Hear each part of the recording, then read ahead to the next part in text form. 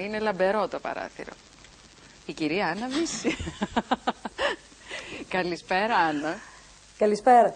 Μου πετάξατε και εμένα το μπαλάκι. Ναι, μόνο που δεν μπορούμε να το πετάξουμε γιατί θα σπάσουμε διάφορα εδώ. Παιδιά, μέσα. πετάξτε μου ένα μπαλάκι. Να το. Γεια σου, Νικό. Γεια σου, Άννα μου.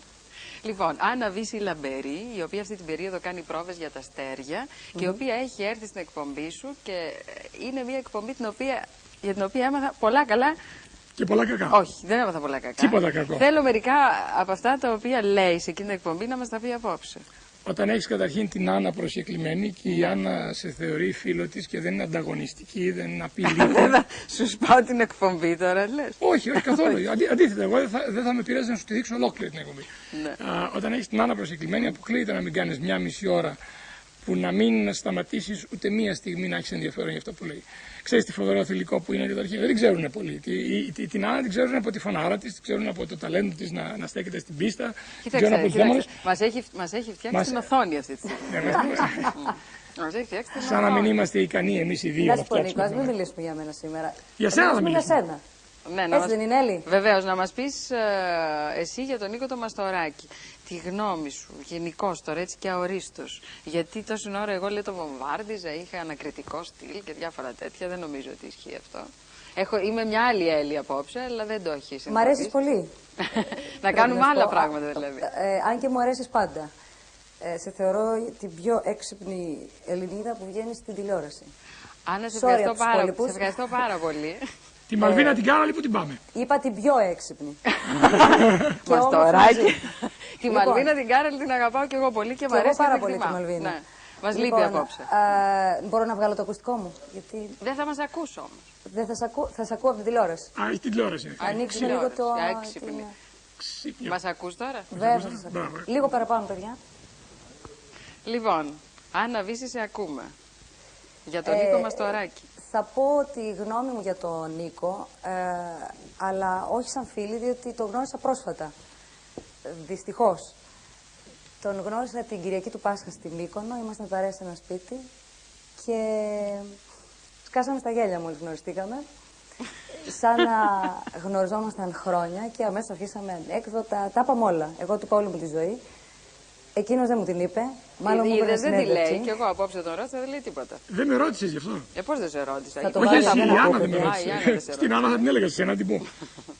Λοιπόν, και αμέσως ευχήθηκα τελικά να γίνουμε καλοί φίλοι. Να γίνουμε φίλοι μάλλον, γιατί φοβάμαι ότι θα είναι καλός φίλος. Φοβάμαι ότι θα είναι καλός φίλος ο Νίκος. Γίνατε λοιπόν φίλοι και πήγες και στην εκπομπή του και δεν μεταδόθηκε ακόμα αυτή η εκπομπή. Και έμαθα ότι σε έκανε να πεις πολλά προσωπικά και ενδιαφέροντα, είναι έτσι? Κοίταξε, το έχει αυτό το κακό ο Νίκος. Σου εμπνέει έτσι αποπνέει μάλλον αυτή την άνεση, αλλά του αξίζει τελικά να του εκμυστηρευτείς κάποια πράγματα. Δεν το μετάνιωσα. Το μετάνιωσα την ώρα που το έλεγα, όχι μετά την εκπομπή. Έλεγα πω τι είπα τώρα, αλλά εξακολουθούσα να λέω.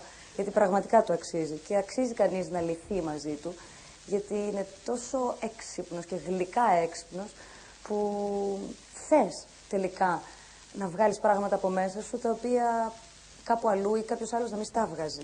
Σ' αρέσουν οι έξυπνοι άνθρωποι? Είσαι κι εσύ μια πολύ έξυπνη γυναίκα. Δεν ξέρω αν είναι πολύ απόψε δηλαδή, κομπλιμέντο στο κομπλιμέντο. Εγώ φοβάμαι πως μετά από αυτά που λέει η Άννα θα βγει ο Βέλτσος και θα πει ότι είμαι το μόνο μελανό σημείο στη ζωή της. Όχι, πρόσεξε, δεν το είπε για μένα, το είπε για τον Παύλο, τον Τζίμα. Πού είναι υποθυμένα για τον Παύλο? Όχι, το εξήγησε σωστά. Μπορώ να προσθέσω κάποια κοσμητικά, μάλλον επιρρήματα, όχι επίθετα, δίπλα στην ιδιότητα του Νίκου ως έξυπνου ανθρώπου. Θα προσέθετα. Χτυπάει και το τηλέφωνο.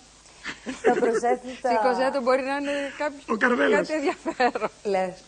Δεν μπορώ, πες του, μιλάω για το Μαστοράκι στην τηλεόραση. Α, ήταν ο Καρδέλας, έτσι. Δεν ξέρω. Λοιπόν, Νικόλα, θα σε έλεγα χαρισματικά έξυπνο. Θα σε έλεγα δημιουργικά έξυπνο άνθρωπο. Θα σε έλεγα γραφικά έξυπνο. Χτυπάει τ' άλλο τώρα. Τι ήθελα και έβαλα 2 γραμμές στο σπίτι. Θα σε έλεγα γραφικά έξυπνο και χρήσιμα έξυπνο. Γιατί υπάρχουν και έξυπνοι άνθρωποι που πάνε τα νεύρα, ξέρεις. Ο Νίκος πιστεύω ότι σαν έξυπνος άνθρωπος που δρά έτσι στην τηλεόραση και γενικά ένας άνθρωπος του θεάματος, μας χρειάζεται. Και μαθαίνουμε από τον Νίκο και μαθαίνουν αυτοί που θέλουν να μάθουν. Δεν το πιστεύω, χτυπάνε και τα δύο. Συνέχεια. Νομίζω ότι βλέπουν την εκπομπή και παίρνουν τηλέφωνο. Σε παίρνουν να σε βρίσουν για αυτό που λες για μένα. Να σε ρωτήσω κάτι, Άννα. Εσύ του ενέπνευσες αυτή την συμπάθεια στον Αντώνη τον Σαμαρά? Εγώ του ενέπνευσα. Όχι, καμία σχέση. Τον Αντώνη τον Σαμαρά τον γνωρίζω και είμαστε φίλοι πολύ πριν υποπτευθεί η Άννα ότι υπάρχει Αντώνης Σαμαράς, γιατί ήταν πολύ μικρή εκείνο τον καιρό. Τι του είπες για τον Αντώνη τον Σαμαρά σε αυτή την. Άννα, θα τηρήσεις το απόρριτο της εκπομπής Αυτό ήθελα να πω. και θα αφήσεις τα πάντα να βγουν στο αργά και όχι στη στάι την εκπομπή. Μα είπες ότι άμα θέλουμε θα μας τη δείξεις όλοι. Δεν είσαι όμως ανοιχτοχέρης. Δεν είσαι ανοιχτοχέρης. Δεν την αφήσεις να πει κουβέντα.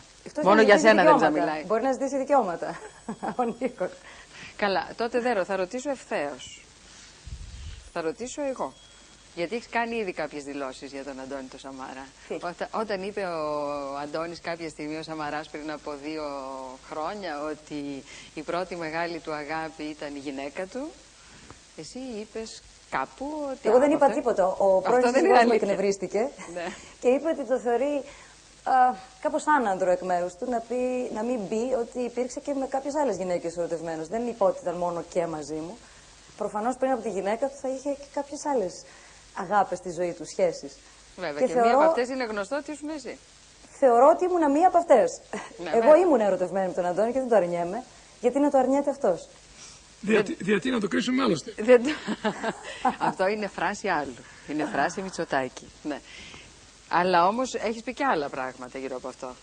Είπες ότι ο Αντώνης ο Σαμαράς έκανε να ξεχάσει τον Γιώργο τον Ταλάρα. Πολλά διάσημα πρόσωπα και έτσι μας ντριγκάρει. Κοίταξε, πάντα κάποιος, πιστεύω ότι κάποιος άντρας μπορεί να σε κάνει να ξεχάσεις κάποιον άλλον.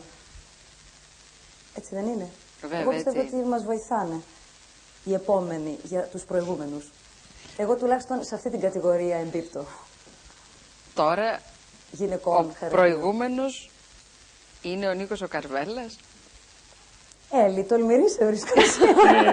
Άννα, θα είχα να σου συστήσω από εδώ και μπρος να τηρήσεις αυτό που κανένας τραγουδιστής δεν θα τολμούσε να τηρήσει. Λοιπόν, σιγή ηχθείως. Δεν θα ρωτήσω τίποτα άλλο. Τίποτε άλλο. Όχι, δεν ρωτάω, με συγχωρείς πάρα πολύ. Ήταν ευθύτατες ερωτήσεις δικές μου. Είναι έτσι. Δεν ξέρω εγώ τι είπες και αν το έμαθα είμαι καλή ρεπόρτερ.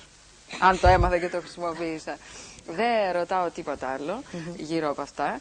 Θα σου ζητήσω να μου πεις αν μπορείς να μας τραγουδήσεις. Τι θέλεις να σου τραγουδήσω? Τι πρόβες κάνεις τώρα για τα αστέρια? Είσαι μια καταπληκτική φωνή και το ξέρουμε αυτό. Σε ευχαριστώ πάρα πολύ. Κάνω πρόβες, ναι, στα αστέρια, όπου θα εμφανιστώ το καλοκαίρι, για λίγες μόνο βραδιές. Έτσι διαλέγω πια να δουλεύω. Γιατί πιστεύω ότι είναι πιο ειλικρινής αυτός ο τρόπος. Και θα είμαι από τις 16 Μαΐου. Τώρα δεν με βάζεις να κάνω διαφήμιση στο κέντρο. Μαζί με τον Νικόλα τον Καρβέλλα θα είμαι. Και τον Νικόλα τον Μαστοράκη. Εν πάση περιπτώσει. Θα σου ζητήσω στο τέλος, γιατί τώρα έτσι σε ευνηδίασα λίγο, να κλείσουμε με ένα τραγούδι που θα μας το αφιερώσεις. Έτσι λίγο, θα μας τραγουδήσεις. Άμα το θέλει ο Νίκος, που είναι καλεσμένος. Είναι δυνατόν να μην το θέλεις? Θα μπορούσα κάλλιστα να σηκωθώ να φύγω για να είσαι μόνο εσύ με την Έλλη. Γιατί έχω την εντύπωση. Έχουμε και μια φοβερή συμφωνία στο πορτοκαλί. Ναι. Άννα, έχω την εντύπωση ότι. Είναι μια απόχρωση βέβαια. Ναι, δεν ταιριάζουμε απόλυτα. Ναι. Έχω την εντύπωση ότι η Έλλη σκέφτηκε αν έχω τον Νίκο μόνο στην εκπομπή θα πατώσω από θεματικότητα. Πώς μπορώ να βάλω και μια αξιόλογη γυναίκα που να τραγουδάει κιόλας. Ιδανικά, αν χόρευε θα ήταν πανευτυχής. Μπορεί να στηρίξει ένα χορευτικό. Αυτό σημαίνει ότι δεν έχει εμπιστοσύνη στον εαυτό του. Ναι, τι να σου πω, από αυτό Πάσχο το ξέρεις. Η Έλλη σκέφτηκε πονηρά. Σου λέει. Πώς θα πατώσουμε το Μαστοράκι, 2 γυναίκες και αυτό στη μέση.